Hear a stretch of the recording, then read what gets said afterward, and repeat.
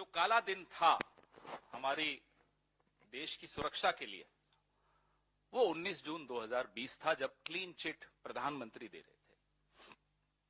चीन समझ गया, विश्व समझ गया कि इस व्यक्ति के लिए देश की सीमाओं से ज्यादा महत्वपूर्ण अपनी एक छवि है। तो सबसे बड़ा फेलियर तब होता है जब डिप्लोमेसी में, जब आपकी कमजोरी दुश्मन को समझ में आ जाती है। और आपने तो खुलकर अपनी कमजोरी दुश्मन के सामने रख दी। मैं आपको एक उदाहरण देता हूं। जब 2014 में मोदी जी पहली बार प्रधानमंत्री बने, तो चीन का मुखपत्र ग्लोबल टाइम्स लिखता है कि मोदी जी का काम करने का तरीका और सोच चीन के बहुत नजदीक है। हम उनके साथ काम करने में बहुत सहज महसूस करते हैं। As a right winger in Indian politics, Modi is more likely to become India's Nixon, who will further propel the India-China relationship. ये जो अप्रूवल सीकिंग की जो आदत है ना, अंग्रेजी में तो इसको अप्रूवल सीकिंग कहते हैं, मोदी जी की जो ये कमजोरी दुश्मन देश के हाथ में आ गई है कि साहब इनकी तारीफ कर दो तो ये बिछ जाएंगे आपके लिए। ये सबसे बड़ी हमारी डिप्लोमेटिक फेलियर है।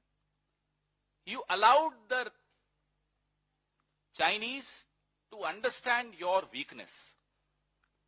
You should have left diplomacy to diplomats. You should have left foreign policy to the foreign minister. अब तो इनके यहां तो यही नहीं समझ में आता कि साहब फॉरेन पॉलिसी चला कौन रहा है। डोवल जी चला रहे हैं, जयशंकर जी चला रहे हैं, या कोई और चला रहा है। तो हम अकाउंटेबिलिटी भी किस पर फिक्स करेंगे, सवाल भी किससे उठाएंगे। तो डिप्लोमेटिक फेलियर मैं नहीं समझता, जैसा कि मेरे कुलीग ने बड़ा सही कहा, न हम इस पे रक्षा मंत्री पर सवाल उठा सकते हैं, न विदेश मंत्री पर सवाल उठा सकते हैं, न ही शायद डोवल जी पर उठा सकते हैं। प्रधानमंत्री सीधे सीधे जिम्मेदार हैं, क्योंकि वो क्लीन चिट उन्होंने दी थी।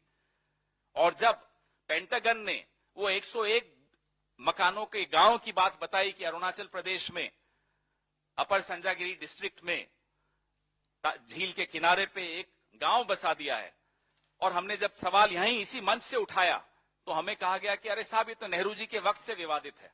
विवादित होना अलग बात होती है, विवादित पे कब्जा हो जाना अलग बात होती है। विवादित था, 1959 से विवादित था, इसमें कोई शक की बात नहीं है।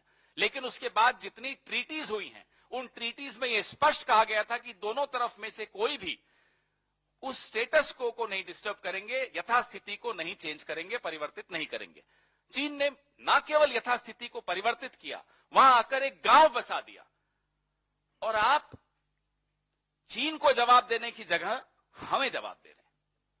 हम कह रहे हैं साहब चीन का मुकाबला करो, आप हमारा मुकाबला करने आ रहे हैं। यह बीमारी है। This is the diplomatic failure which we are talking about.